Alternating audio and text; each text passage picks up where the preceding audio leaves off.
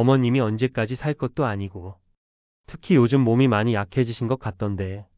3억짜리 참기잖아. 그 정도면 충분히 참을 만하지. 어머님이 요즘 건망증이 심해지신다고 하고 치매 초기 증상 같다고 하면서 병원에 모셔가는 거야.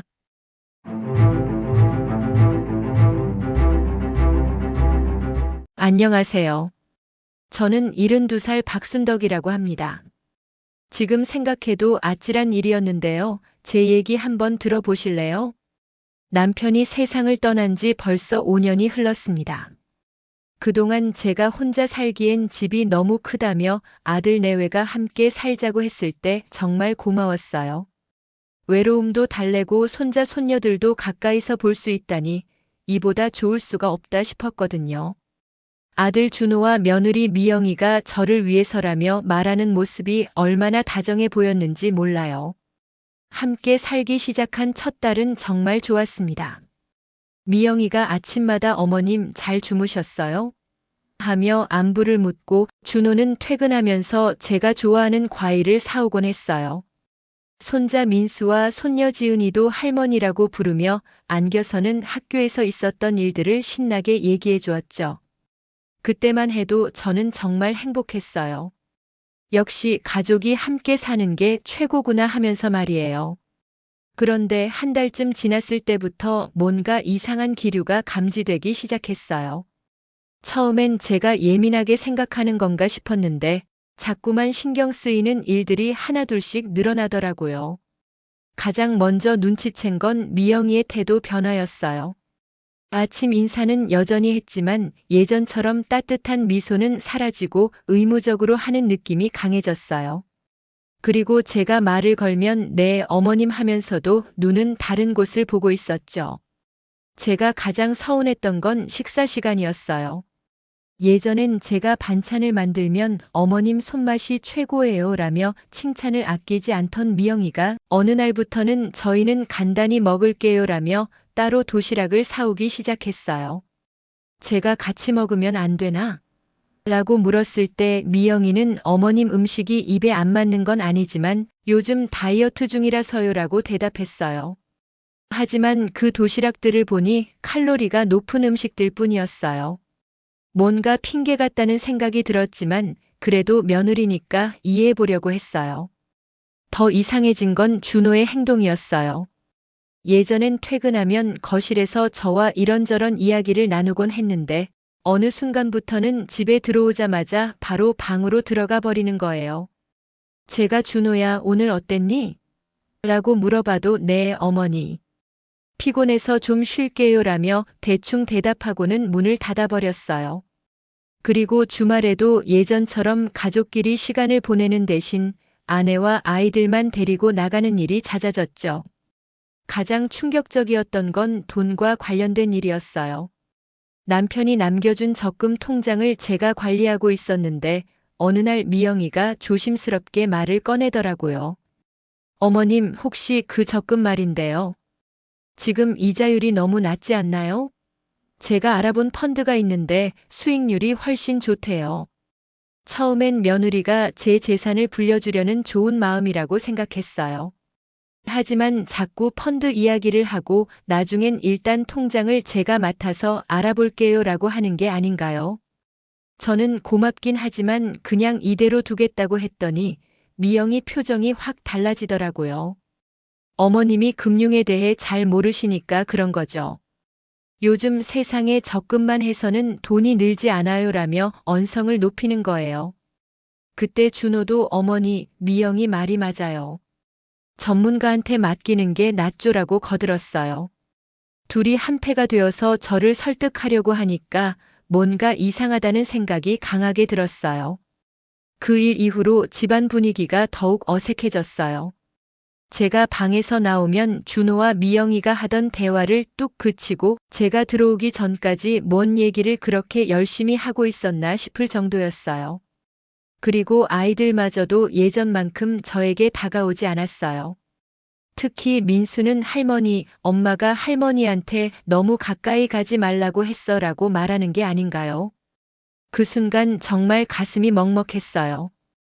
어느 날 저녁 화장실에 갔다가 나오는데 주방에서 준호와 미영이가 작은 목소리로 대화를 나누고 있었어요. 언제까지 이러고 있을 거야? 조금만 더 기다려. 성급하게 하면 안 돼, 이런 내용이었는데 제가 나타나자 또다시 대화가 뚝 끊어졌어요. 분명히 저와 관련된 이야기인 것 같았는데 도대체 뭘 기다린다는 건지, 뭘 성급하게 하면 안 된다는 건지 궁금해서 잠이 오지 않을 정도였어요. 그런 일들이 반복되면서 저는 점점 확신이 서기 시작했어요. 분명히 뭔가 숨기고 있는 게 있다는 것을요. 처음엔 그냥 새 가족이 되어가는 과정에서 생기는 자연스러운 마찰이라고 생각하려 했어요. 하지만 시간이 갈수록 그들의 행동은 더욱 수상해졌고 저를 대하는 태도도 점점 차가워졌어요. 마치 저를 짐스러워하는 것 같은 느낌이었달까요? 가장 결정타가 된 건 제가 감기에 걸렸을 때였어요. 열이 나고 몸살이 심해서 하루 종일 방에서 누워 있었는데 미영이가 문 앞에서 어머님 괜찮으세요? 라고 물어보기는 했지만 방으로 들어와서 살펴보지는 않았어요. 예전 같았으면 해열제도 갖다 주고 죽이라도 끓여줬을 텐데 말이에요. 그때 저는 정말 확실히 느꼈어요. 이 집에서 저는 더 이상 환영받지 못하는 존재가 되었다는 것을요. 그날 밤 저는 잠들지 못하고 생각에 잠겼어요. 도대체 무엇 때문에 이런 변화가 생긴 걸까요? 제가 뭘 잘못했을까요? 아니면 정말로 그들에게 무슨 다른 속셈이 있는 걸까요? 의심이 확신으로 바뀌어가는 과정이었지만 아직까지는 그저 추측에 불과했어요. 하지만 분명한 건 이 상황을 그냥 넘어갈 수는 없다는 것이었어요. 저는 반드시 진실을 알아내야겠다고 다짐했습니다. 그렇게 한 달 정도 더 지났을 때 드디어 결정적인 순간이 왔어요. 그날은 제가 평소보다 일찍 잠자리에 들었던 날이었어요. 저녁을 먹고 나서 갑자기 어지러워서 먼저 들어가서 쉬겠다고 말하고 방으로 들어갔거든요. 그런데 잠이 잘 오지 않아서 뒤척이고 있는데 거실에서 준호와 미영이의 목소리가 들려오기 시작했어요. 처음엔 그냥 부부간의 일상적인 대화려니 했는데 계속 듣다 보니 제 이름이 자꾸 나오는 거예요. 호기심이 생겨서 방문을 살짝 열고 귀를 기울여 봤어요. 거실과 제 방 사이에는 복도가 있어서 소리가 잘 들렸거든요. 여보, 언제까지 이렇게 눈치만 볼 거야? 벌써 몇 달째야. 미영이의 목소리였어요. 평소보다 훨씬 날카로웠죠. 조금만 더 기다려봐. 성급하게 하면 오히려 일이 꼬일 수 있어. 준호가 답했어요. 기다리긴 뭘 기다려. 이미 충분히 기다렸잖아. 어머님 통장 이야기 꺼낸 지도 한 달이 넘었는데 아직도 꿈쩍도 안 하시잖아. 그 순간 저는 온몸에 소름이 돋았어요. 역시 제 적금 통장이 목적이었구나 싶었죠. 그래도 너무 티내면 안 돼. 어머니가 의심하시면 곤란하잖아. 의심하긴 뭘 의심해. 이미 충분히 의심하고 계실걸? 여보가 너무 소심해서 문제야.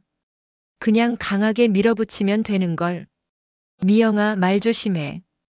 아직 아이들도 안 잤을 텐데. 아이들은 이어폰 끼고 게임하고 있어. 신경 쓸 거 없어. 그보다 계획대로 하자고. 어머님 적금이 얼마나 되는지 알아? 3억이야, 3억. 거기다 이 집값까지 합치면. 그 말을 들은 순간 저는 정말 충격을 받았어요. 제가 그저 돈으로만 보였던 거예요. 그동안 저를 위한다고 가족이 되고 싶다고 했던 모든 말들이 거짓이었던 거죠. 집값까지 얘기하면 너무 성급한 거 아니야? 일단 적금부터. 왜 성급해? 어차피 나중에는 다 우리 거 아니야? 어머님이 언제까지 살 것도 아니고. 특히 요즘 몸이 많이 약해지신 것 같던데. 저는 그 말을 듣고 정말 등골이 오싹해졌어요. 언제까지 살 것도 아니고라니 자식이 어떻게 그런 말을 할 수 있는 건가요? 그런 말은 하지 마. 그래도 우리 어머니인데. 겉으로는 효자인 척하면서 속으로는 똑같이 생각하고 있으면서 뭘. 당신도 어머님이 계시는 게 불편하다고 했잖아.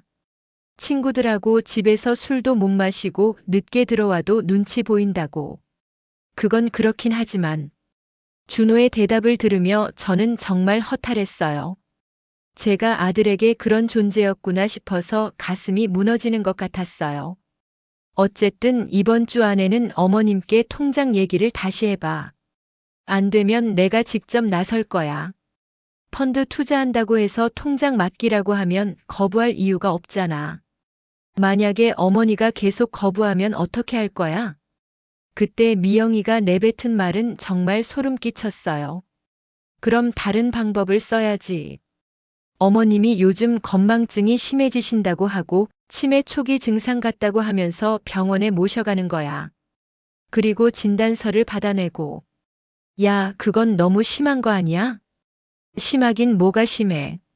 실제로 요즘 깜빡깜빡 하시는 것도 많고 혼자서는 관리 못 하실 것 같다고 하면 되잖아.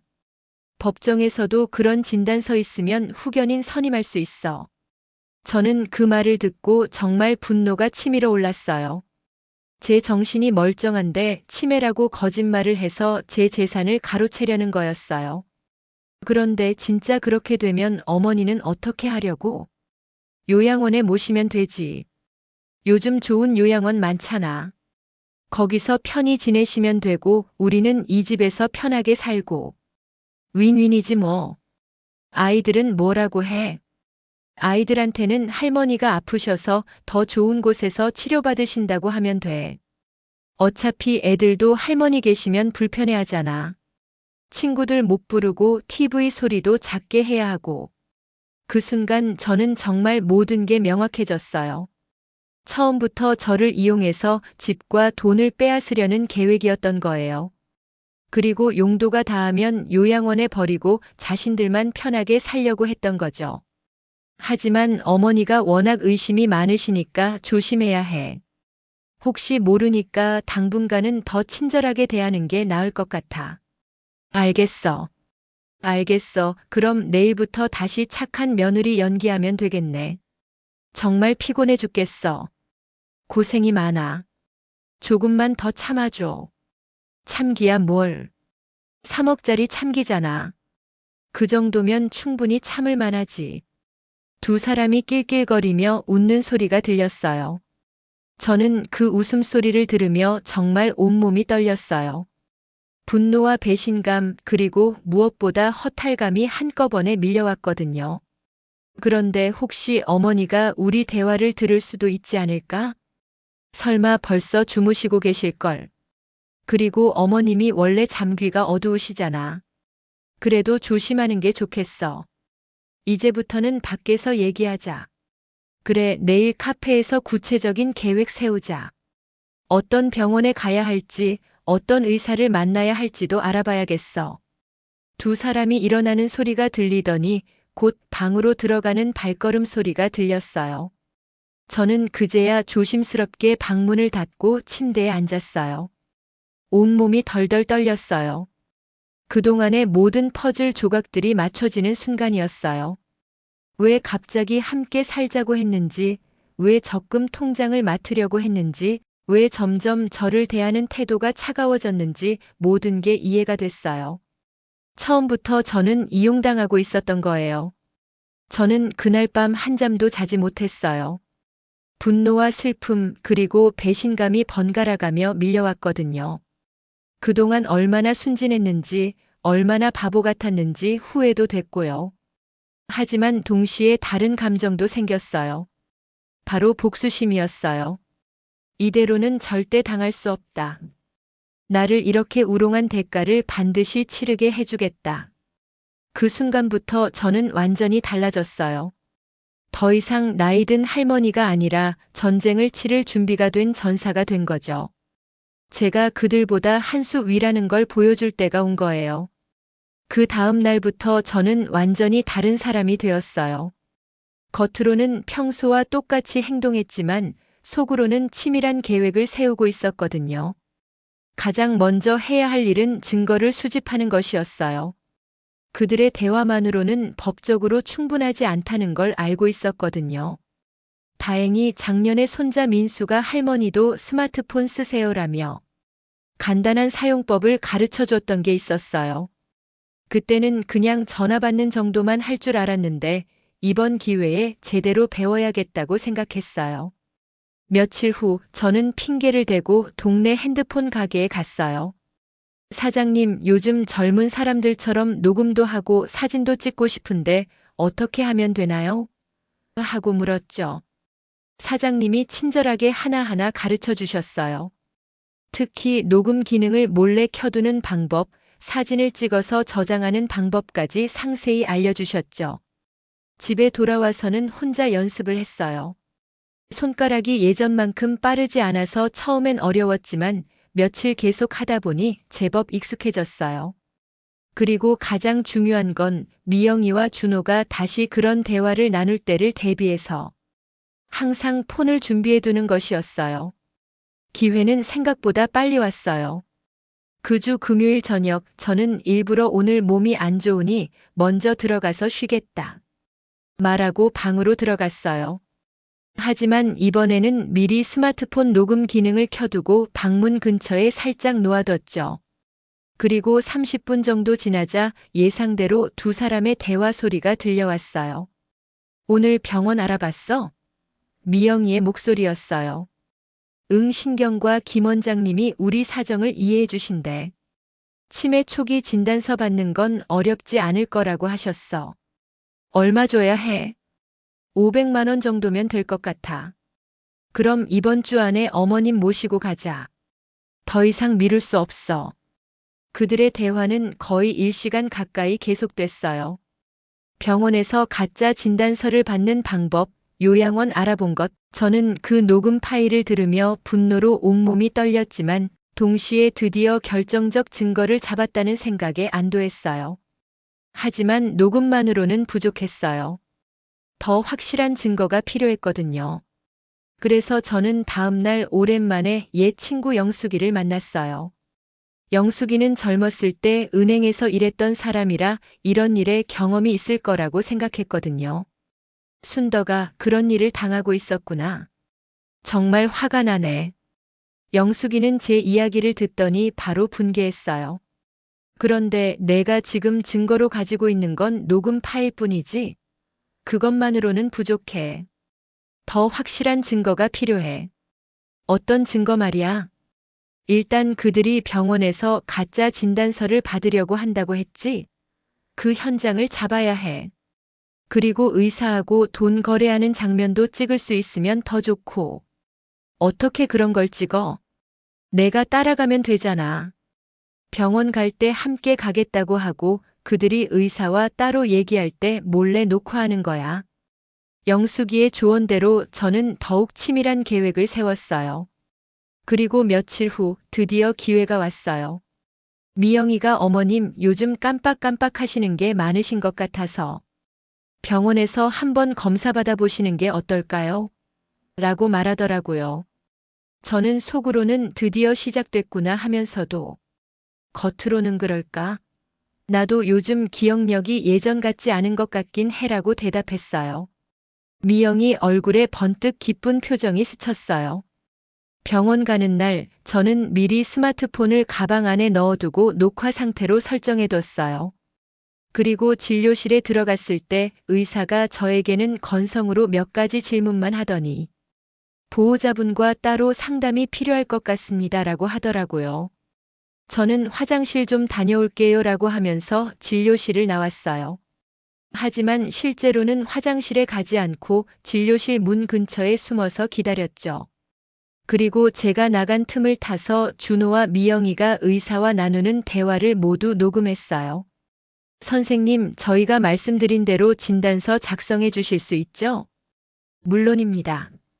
치매 초기 진단서는 어렵지 않아요. 하지만 말씀드린 금액은 여기 있습니다. 500만 원 맞죠? 돈봉투를 주고받는 소리까지 선명하게 들렸어요. 저는 그 순간 정말 확신했어요. 이제 결정적인 증거를 다 모았다고요. 병원에서 나온 후 저는 곧바로 영숙이에게 연락했어요. 영숙아, 성공했어. 모든 게 녹음됐어. 정말? 그럼 이제 변호사를 만나야겠네.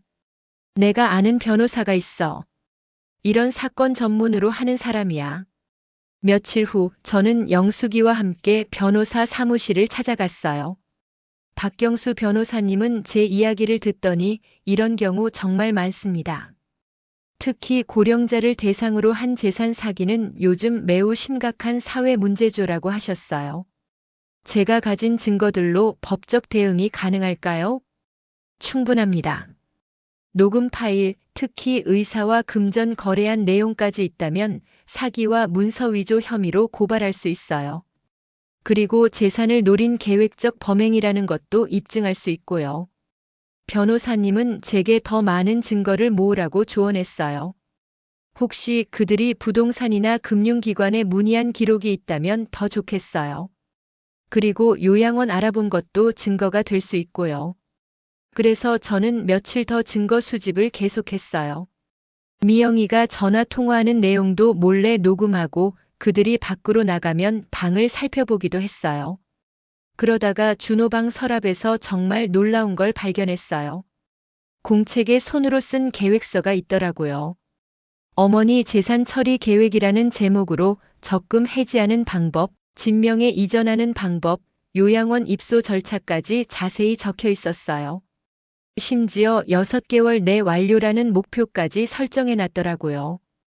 저는 그 공책을 스마트폰으로 한 장 한 장 모두 사진을 찍었어요. 그리고 또 하나 발견한 건 미영이가 이미 여러 요양원에 문의해서 받은 팸플릿들이었어요. 모두 비싼 요양원들이었는데 가족 면회 제한, 외부 연락 차단 같은 조건들이 적혀 있는 곳들이었어요. 저를 완전히 격리시키려는 의도가 명확했죠. 한 달 정도 지나니까 정말 많은 증거가 모였어요. 녹음 파일만 10개가 넘었고 사진 자료도 50장이 넘었어요. 그들의 계획이 얼마나 치밀하고 악랄한지 모든 게 드러났죠. 변호사님께 모든 자료를 보여드리니까 이 정도면 승소 확률이 95% 이상입니다. 이렇게 체계적으로 증거를 모은 사건은 처음 봐요라고 하시더라고요. 그리고 언제 고발하실 건가요? 라고 물으셨어요. 저는 다음 주 토요일에 하겠어요. 온 가족이 모이는 날이거든요 라고 답했어요. 제가 선택한 날은 바로 제 생일이었어요. 73번째 생일날 저는 그들에게 평생 잊지 못할 선물을 준비하고 있었던 거죠. 모든 준비가 끝나고 나니까 마음이 한결 가벼워졌어요. 이제 더 이상 당하고만 있을 필요가 없다는 안도감과 함께 그동안 참았던 분노를 시원하게 풀어낼 수 있다는 기대감이 들었거든요. 저는 그들이 상상도 못할 반격을 준비하고 있었어요. 드디어 제 73번째 생일이 되었어요. 미영이는 아침부터 부산하게 준비를 하더라고요. 어머님 생신이니까 온 가족이 모여서 축하드려야죠라며 평소보다 훨씬 밝은 표정을 지었어요. 물론 저는 그게 다 연기라는 걸 알고 있었지만 마지막까지 모르는 척 해줬어요. 오후 6시쯤 되니까 정말 온 가족이 다 모였어요. 준호의 형인 준석이와 형수 정미 그리고 그들의 아이들까지. 모두 11명이 둥글게 앉아서 생일상을 받았어요. 미영이가 직접 만든 미역국과 여러 가지 반찬들, 그리고 큰 생일 케이크까지 정말 정성스럽게 준비했더라고요. 어머님 생신 축하드려요. 모두가 함께 박수를 치며 축하해줬어요. 손자 손녀들도 할머니 생일 축하해요. 라며 꽃다발을 안겨줬죠. 그 순간 저는 정말 복잡한 마음이었어요.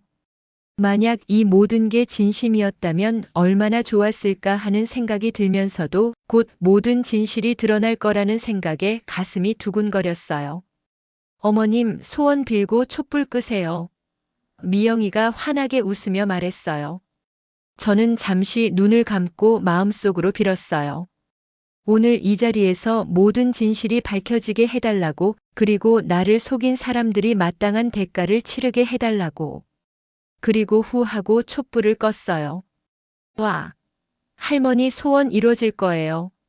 손녀 지은이가 박수를 쳤어요. 케이크를 나눠 먹으면서 가족들은 즐겁게 대화를 나눴어요. 그런데 저는 마음속으로 계속 시계를 보고 있었어요. 7시 30분. 제가 정한 시간이 다가오고 있었거든요. 그런데 어머님, 요즘 몸은 어떠세요? 형수 정미가 물었어요. 응, 괜찮아. 다만 요즘 깜빡깜빡하는 게 많아져서 걱정이야. 저는 일부러 그렇게 대답했어요. 그러자 미영이가 바로 입을 열었어요. 맞아요, 형님. 어머님이 요즘 정말 많이 깜빡하세요. 그래서 저희가 병원에 모시고 가서 검사를 받아봤거든요. 어머, 그래요? 결과는 어땠어요? 좀 심각한 것 같아요. 의사 선생님이 치매 초기 증상이라고 하시더라고요. 준석이가 놀란 표정을 지었어요. 정말요? 어머니가? 네, 그래서 저희가 앞으로 어머님을 더 잘 돌봐드려야겠다고 생각하고 있어요. 특히 재산 관리 같은 것도 저희가 도와드려야 할 것 같고요. 바로 그때였어요. 저는 천천히 자리에서 일어났어요. 잠깐만요. 모든 사람들이 저를 쳐다봤어요. 저는 미리 준비해둔 가방에서 스마트폰을 꺼냈어요. 미영아, 준호야. 그리고 여기 계신 모든 분들. 오늘 제 생일에 특별한 선물을 준비했어요. 어머님, 무슨 선물이요? 미영이가 어리둥절한 표정으로 물었어요. 바로 이거예요. 저는 스마트폰 화면을 모두에게 보여줬어요. 여러분이 들어야 할 녹음 파일이 있거든요. 그 순간 준호와 미영이의 얼굴이 하얗게 변했어요. 어머님, 그게 뭐예요? 준호가 떨리는 목소리로 물었어요. 들어보면 알 거야. 저는 재생 버튼을 눌렀어요. 스피커에서 미영이와 준호의 목소리가 선명하게 흘러나왔어요. 어머님, 적금이 얼마나 되는지 알아? 3억이야, 3억. 거기다 이 집값까지 합치면. 집값까지 얘기하면 너무 성급한 거 아니야? 일단 적금부터. 왜 성급해? 어차피 나중에는 다 우리 거 아니야. 어머님이 언제까지 살 것도 아니고. 녹음이 계속 재생되자 식탁 주변이 완전히 조용해졌어요. 준석이와 정미 그리고 아이들까지 모두 충격에 빠진 표정이었어요. 어머님, 이건. 미영이가 말을 더듬었어요. 아직 끝나지 않았어요. 저는 다음 파일을 재생했어요. 이번엔 병원에서 의사와 금전 거래하는 내용이었어요. 선생님, 저희가 말씀드린 대로 진단서 작성해 주실 수 있죠? 물론입니다. 치매 초기 진단서는 어렵지 않아요. 하지만 말씀드린 금액은 여기 있습니다. 500만 원 맞죠? 그 녹음을 들은 준석이가 벌떡 일어났어요. 준호야, 이게 대체 뭐야? 어머니한테 이런 짓을 했다고. 준호는 얼굴이 새하얗게 질린 채 아무 말도 못했어요. 미영이는 이건 오해예요, 이건. 이라며 변명하려 했지만 저는 계속해서 다른 증거들을 보여줬어요. 이것도 봐요. 저는 준호가 직접 손으로 쓴 계획서 사진을 보여줬어요. 어머니 재산 처리 계획 6개월 내 완료. 이것도 오해인가요? 정미가 손으로 입을 막으며 세상에. 라고 중얼거렸어요. 그리고 이건 미영이가 알아본 요양원 자료들이에요. 가족면회 제한, 외부 연락 차단. 저를 여기에 버리고 제 재산을 가져가려는 계획이었죠. 미영이가 갑자기 눈물을 흘리며 무릎을 꿇었어요. 어머님, 죄송해요. 정말 죄송해요. 저희가 정신이 나갔어요. 하지만 저는 차갑게 말했어요. 이제 와서 사과는 너무 늦었어요. 너희들이 나를 얼마나 우롱했는지, 얼마나 치밀하게 계획했는지 다 알고 있어요. 준석이가 분노에 찬 목소리로 말했어요. 준호야, 내가 어떻게 어머니한테 이런 짓을 할 수가 있어? 이게 사람이 할 짓이야. 형, 나는 그냥. 준호가 말을 제대로 못하고 있을 때 저는 마지막 폭탄을 터뜨렸어요. 그리고 이미 변호사와 상담도 끝났어요. 내일 아침에 사기와 문서 위조 혐의로 고발장을 제출할 예정이에요. 그 말을 듣자 미영이가 완전히 무너졌어요. 어머님, 제발, 한 번만 용서해 주세요. 저희가 정말 잘못했어요. 다시는 이런 생각 안 할게요. 용서? 저는 냉소적으로 웃었어요. 너희는 나를 치매 환자로 만들어서 요양원에 버리고 내 재산을 모두 가져가려고 했어. 그런데 지금 와서 용서를 구한다고? 준호도 무릎을 꿇었어요. 어머니, 제가 잘못했어요. 정말 잘못했어요. 제발 한 번만. 일어나. 이미 늦었어. 저는 단호하게 말했어요. 너희들이 나에게 한 짓을 생각하면 이 정도는 당연한 대가다. 아이들은 상황을 완전히 이해하지는 못했지만 어른들의 심각한 분위기를 느끼고 무서워하고 있었어요. 준석이가 아이들을 다른 방으로 데리고 나갔어요. 어머님, 정말 고발하실 건가요? 정미가 조심스럽게 물었어요. 물론이다. 법적으로 처리할 거야. 그리고 내일부터 준호와 미영이는 이 집에서 나가줘라. 더 이상 같이 살 수 없어. 미영이가 울면서 매달렸어요. 어머님, 제발, 저희에게 자비를. 자비? 저는 그 말을 딱 잘랐어요. 니들이 나에게 자비를 베풀었니? 나를 속이고 이용하고 버리려고 할 때 자비가 있었니? 그 순간 정말 모든 게 명확해졌어요. 제가 지금까지 참았던 분노, 배신감, 그리고 슬픔이 모두 이 한순간에 터져 나온 거죠. 그리고 저는 더 이상 나약한 할머니가 아니라 자신의 권리를 찾는 당당한 사람이 되어 있었어요. 그 다음 날 월요일 아침 저는 약속대로 변호사님과 함께 검찰청으로 향했어요. 박경수 변호사님이 어머님 정말 대단하세요. 이렇게 체계적으로 증거를 수집한 피해자는 처음 봐요라고 감탄하시더라고요. 고발장에는 사기, 문서 위조, 재산 범죄 미수 등 여러 혐의가 포함되어 있었어요. 검사님도 제가 준비한 자료들을 보시더니 이 정도 증거면 기소하는데 전혀 문제 없겠네요. 특히 병원에서 가짜 진단서 거래하는 녹음 파일은 정말 결정적입니다라고 하셨어요. 그리고 요즘 이런 가족 간 재산 사기 사건이 정말 많은데 대부분 피해자들이 증거 부족으로 어려움을 겪거든요. 그런데 어머님은 정말 철저하게 준비하셨네요 라고 칭찬해 주셨어요. 집으로 돌아가니 준호와 미영이는 이미 짐을 다 싸놓고 있었어요. 어젯밤 준석이가 호되게 꾸짖고 나서 당장 어머니께 사과드리고 집에서 나가라고 했대요. 미영이는 눈이 퉁퉁 부어서 저를 보자마자 또 무릎을 꿇으려고 했어요. 어머님 정말 죄송해요. 정말 잘못 생각했어요. 제발 한 번만. 이미 고발장 제출했으니까 소용없다. 저는 차갑게 말했어요. 그리고 짐 다 챙겼으면 빨리 나가라. 준호가 마지막으로 어머니, 저는 정말 하려고 했지만 저는 듣지도 않았어요. 그들이 나간 후 집은 다시 조용해졌어요. 하지만 이상하게 마음이 편안했어요.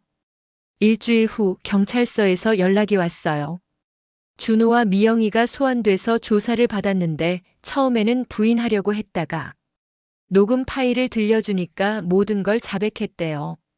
특히 김 원장이라는 의사도 함께 조사받게 됐다고 하더라고요. 한 달 정도 지나니까 재판 날짜가 잡혔어요. 재판정에 들어서는데 준호와 미영이가 앉아 있더라고요. 두 사람 모두 많이 초췌해진 모습이었어요. 미영이는 저를 보자마자 고개를 푹 숙였고 준호는 한 번 저를 쳐다봤다가 바로 시선을 돌렸어요. 검사님이 공소장을 읽기 시작했어요. 피고인들은 2023년 3월부터 피해자인 시어머니 박순덕 씨 재산 3억여 원과 부동산을 가로채기 위해 치밀한 계획을 세웠습니다. 가짜 치매 진단서를 받기 위해 의사에게 금품을 제공했고 피해자를 요양원에 강제로 보내려고 했습니다. 변호사님이 제가 수집한 모든 증거들을 차례대로 제출했어요. 녹음 파일들이 법정에서 재생될 때마다 방청석에서 한숨소리가 들렸어요. 특히 어머님이 언제까지 살 것도 아니고라는 부분이 나왔을 때는 정말 정적이 흘렀어요. 피고인 측 변호사가 피고인들이 깊이 반성하고 있으며 피해자와 합의를 원합니다라고 말했지만 저는 단호하게 거절했어요. 합의할 생각 전혀 없습니다. 끝까지 가겠습니다. 증인으로 출석한 김 원장도 돈을 받고 가짜 진단서를 써주기로 했다고 인정했어요. 그는 생활이 어려워서 그런 일을 했다고 변명했지만 판사님은 의사라는 직업의 윤리를 저버린 중대한 범죄라고 질책하셨어요. 재판은 총 3번에 걸쳐 진행됐어요. 매번 갈 때마다 준석이가 함께 가줬어요.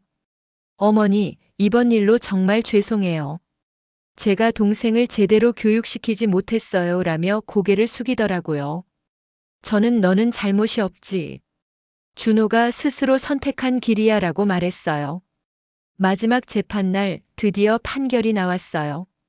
판사님이 엄숙한 목소리로 판결문을 읽기 시작했어요.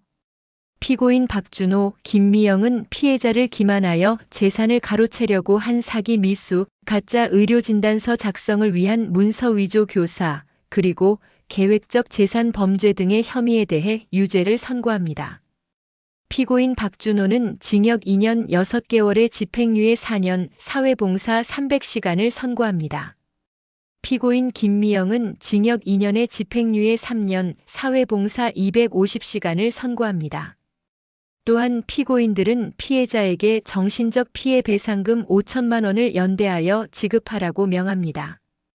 그리고 김 원장에게는 의사면허 정지 1년과 벌금 1천만 원이 선고됐어요.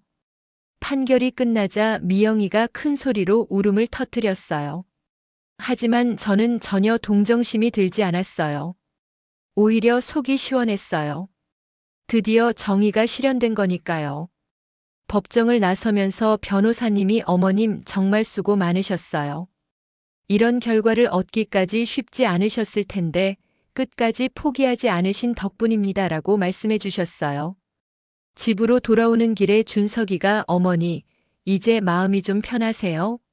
라고 물었어요. 저는 많이 편해졌어. 그동안 얼마나 억울했는지 몰라라고 답했어요. 준호하고 미영이는 어떻게 하실 거예요? 당분간은 연락하지 않을 거야. 시간이 많이 필요할 것 같아. 그로부터 한 달 후 준호가 편지를 보내왔어요. 정말 진심으로 사과하는 내용이었어요. 어머니, 제가 저질렀던 일은 절대 용서받을 수 없는 일이라는 걸 알고 있습니다. 다만 제가 얼마나 잘못 생각했는지, 얼마나 어리석었는지 깨달았습니다. 당장은 용서를 구할 자격도 없지만 평생 속죄하며 살겠습니다. 편지를 읽으면서 저도 복잡한 마음이 들었어요. 분노는 많이 가라앉았지만 아직 완전히 용서할 마음은 생기지 않았거든요. 하지만 언젠가는 시간이 해결해 줄 거라고 생각했어요. 배상금 5천만 원도 한 달 안에 모두 받았어요. 준호가 자기 집을 담보로 대출받아서 마련한 돈이었어요.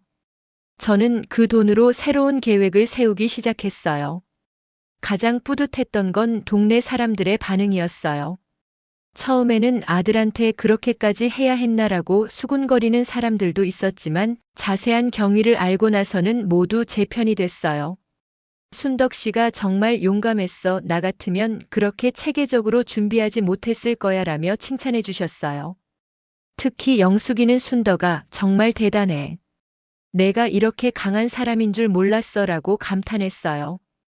그때 저는 깨달았어요. 저 자신도 몰랐던 힘이 제 안에 있었다는 걸요. 재판이 끝나고 6개월이 지났을 때 저는 정말 새로운 사람이 된 것 같았어요. 예전의 순덕이가 아니라 훨씬 당당하고 자신감 넘치는 사람이 된 거죠. 그동안 받은 배상금과 원래 가지고 있던 적금으로 제가 정말 하고 싶었던 일을 시작하게 됐어요. 가장 먼저 한 일은 집을 새롭게 꾸미는 것이었어요. 그동안 준호 가족과 함께 살면서 제 공간이라고 할 수 있는 건 방 하나뿐이었는데 이제는 온 집이 다 제 것이니까 얼마나 자유로운지 몰라요. 거실에는 제가 좋아하는 화초들을 가득 들여놓고 예전에 취미로 배웠던 서예 작품들도 벽에 걸었어요. 그리고 제일 큰 변화는 새로운 활동을 시작한 것이었어요. 제가 겪었던 일을 계기로 비슷한 피해를 당하는 어르신들을 도와주는 봉사활동을 하게 된 거예요. 동네 복지관에서 실버 권익보호 상담사라는 역할을 맡게 됐거든요. 처음에는 제가 그런 일을 할 수 있을까 걱정했는데 복지관 관장님이 순덕 어머님처럼 직접 경험하시고 해결해 보신 분이 상담하시면 더 실질적인 도움을 드릴 수 있을 것 같아요라고 격려해 주셨어요. 상담을 시작한 지 한 달 만에 정말 많은 어르신들이 저를 찾아오셨어요. 며느리가 통장을 맡기라고 한다. 자식이 집 명의를 바꾸자고 한다. 요양원에 가라고 압박받고 있다. 등등 정말 다양한 사연들이었어요. 그런 분들께 제 경험을 바탕으로 조언을 드리고 필요하면 박경수 변호사님께 연결해 드리기도 했어요. 특히 기억에 남는 분이 있어요. 70대 할머니셨는데 아들이 어머니 집이 너무 크니까 작은 집으로 이사하자며 계속 압박하고 있다고 하시더라고요. 그런데 자세히 들어보니 그 아들이 어머니 집을 팔아서 자기 사업 자금으로 쓰려는 속셈이 뻔히 보이는 거예요. 저는 그 할머니께 절대 성급하게 결정하지 마시고 먼저 모든 걸 녹음으로 남겨보세요라고 조언했어요. 그리고 제가 했던 것처럼 스마트폰 사용법도 가르쳐 드렸죠. 한 달 후 그 할머니가 다시 오셔서 덕분에 아들의 진짜 속셈을 알게 됐다며 감사해 하시더라고요. 이런 일들을 하면서 저는 정말 보람을 느꼈어요. 제가 겪었던 아픈 경험이 다른 분들에게는 도움이 되고 있다는 게 얼마나 뿌듯한지 몰라요. 그리고 무엇보다 제 자신이 더 이상 나약한 할머니가 아니라 누군가를 도울 수 있는 힘 있는 사람이라는 걸 느끼게 됐어요. 6개월 정도 상담 활동을 하니까 복지관에서 순덕 선생님의 상담을 받으러 오는 분들이 정말 많아요. 아예 정기적인 강의를 해보시는 게 어떨까요? 라고 제안하더라고요. 그래서 한 달에 2번씩 어르신 재산 보호법이라는 제목으로 강의를 하게 됐어요. 첫 강의 날 강의실에 30명 정도 되는 어르신들이 오셨어요. 처음에는 떨렸지만 제 경험담을 들려드리기 시작하니까 금세 자신감이 생겼어요. 저도 여러분과 똑같은 평범한 할머니였어요. 하지만 가족에게 당할 뻔한 일을 스스로 해결하면서 많은 걸 배웠어요라고 시작했더니 모든 분들이 집중해서 들어주시더라고요. 특히 스마트폰으로 증거 수집하는 방법, 변호사 상담받는 방법, 관련 법률 등을 알려드리니까 정말 유용하다며 좋아하셨어요. 강의 끝에 한 할아버지가 선생님 같은 분이 계셔서 우리가 든든해요라고 말씀해 주실 때는 정말 감동이었어요. 그렇게 1년이 지나니까 제 생활이 완전히 달라져 있었어요. 매주 복지관에 가서 상담하고 한 달에 2번 강의하고 가끔 다른 지역 복지관에서 특강 요청이 오면 그쪽에도 가고 정말 바쁘지만 보람찬 나날들이었어요. 그리고 무엇보다 좋았던 건 새로운 인맥들이 생긴 거예요. 봉사활동을 통해 만난 동년배 친구들, 변호사님이나 복지사 같은 전문가들, 그리고 제 강의를 들으러 오시는 어르신들까지. 예전에는 가족에게만 의존했는데 이제는 정말 다양한 사람들과 관계를 맺으며 살고 있어요. 건강도 많이 좋아졌어요. 매일 복지관에 가려면 걸어야 하고 강의 준비도 해야 하고 상담도 해야 하니까 정신적으로도 육체적으로도 활발해진 거죠. 예전에는 혼자 집에서 TV만 보며 지냈는데 이제는 하루하루가 얼마나 알찬지 몰라요. 1년 반쯤 지났을 때 준호에게서 다시 편지가 왔어요. 이번에는 미영이와 함께 쓴 편지였어요.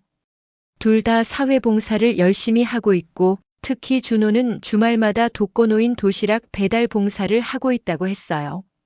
그리고 어머니께서 복지관에서 봉사하신다는 소식을 들었습니다. 정말 자랑스럽고 존경합니다라는 내용도 있었어요. 편지를 읽으면서 저는 조금씩 마음이 누그러지는 걸 느꼈어요.